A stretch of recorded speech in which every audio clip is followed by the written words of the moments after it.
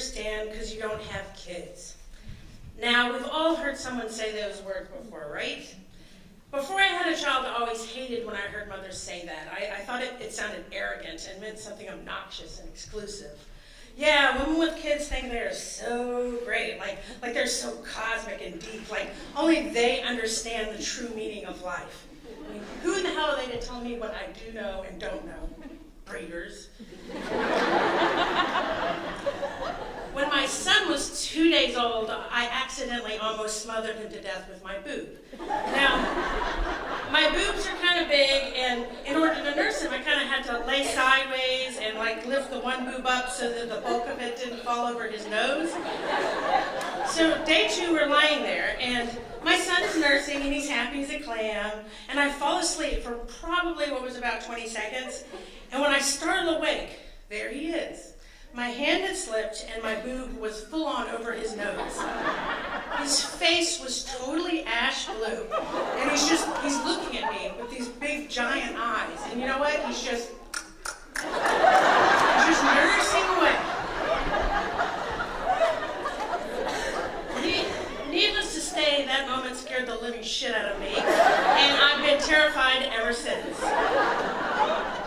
Now, not necessarily terrified of smothering him with my boob, though, I mean, can you imagine that? Not only losing a child, but having to tell people for the rest of your life that you had a child and you accidentally killed him with your boob. I mean, it'd be really horrifying, but that's not really the scary part of having a child.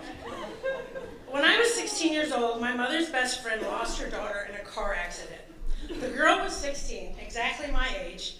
We had been friends growing up, but we were never as close as my mother and her mother were. I mean, we were kind of like sisters, but not really. We had a birthday that was about a month apart. And after we buried her, we stood and watched as her mom, Julie, dropped to her knees at the newly covered gravesite and started digging at the ground. Now, Julie was 6'2" and gorgeous. She was drop dead gorgeous. She was always put together. She had perfect jewelry, perfect nails, but there she was, on the ground trying to dig her child back out again. Now I remember trying to imagine it at the time. The idea of being 16 and dying was so abstract, so not my life, and the idea of having a child was so completely foreign, and even more the idea of having one and losing it, unimaginable. I can understand the concept intellectually, but it must be sad, it must be overwhelming, but it is not really until you have a child that you understand even an inkling of what that sort of nightmare might feel like.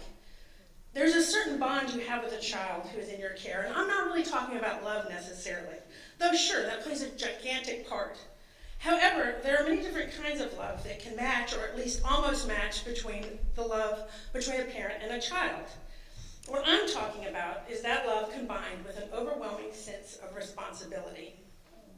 The amount of hours and the years and the concern and the fret that goes into caring for another human being, the emotional investment, the time, the instinct to take care of this person at all costs. It is so soul-suckingly urgent that there is no other feeling like it. It is all-consuming.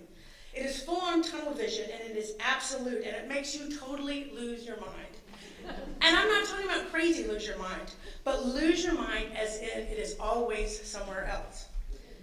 Recently, I participated in a march against gun violence with the group Moms Demand Action, and it's a cause I'm pretty passionate about and involved with. And as we were walking, a woman approached me who had lost her son to a bullet. She grabbed my hand and she asked me why I was there. What had happened to me that I cared so much? And I answered almost without thinking. I said, why, anybody who has a child understands, right? I mean, we're all mamas. And in that moment, I became the sort of woman that I'd always turned my nose up at. The truth is, I've been saying goodbye to my own child since the moment he was born, minute by minute. My husband used to tease me because even when my son was a toddler, I'd cry and say, oh, we only have 17 more years with him. Oh my God, only 17 more years. And when you look at the pie chart of your life, the slice that belongs to your child being your child is only about 1/4 of it. You know, maybe even only 1/5 if you live to be really, really old. They start to walk, you let go of their hand. They learn to ride a bike, you watch them roll away. They become teenagers, they begin to question, you become human, They grow, and 17 quickly turns into 16, 15, 10, 5, 1. They morph into their own people and they separate. You are proud, you are so proud, but somehow the nostalgia of it all, the memories lick around you like flames. The time, the effort, the moment, you are invested. A good friend of mine died of heart failure a few years ago.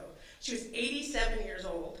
Her own mother had been dead for more than 30 years, yet on her deathbed, as she was fading in and out of consciousness, who was she asking for? In her final moments, whose name did she call out for in the night? Mama. That bond, the warmth, the love, the caretaking, that's the thing. And you can't understand it unless you've had it. Unless it's owned you, heart and soul and everything. Before I had a child, when people told me I didn't understand because I didn't have children, I did not know what they were talking about. I didn't understand. I thought it was a way to complain about how many diapers you had to change, or how much sleep you're not getting, or how much money you had to spend on preschool, or how you never have time for yourself. I did not realize that it is something deeper. Motherhood is like someone taking a knife and cutting half your heart out and shoving it inside the chest of another person. It hurts all the time. That place in your chest where half your heart went missing, it burns constantly. The worry because you know the other half is out there walking around without you. The love that sometimes feels so big it takes your breath away. And that if something should happen to it, that child, that investment, that love, you would cease to exist.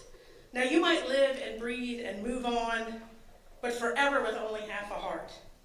And that half a heart, that is what they mean when someone says you don't understand because you don't have children.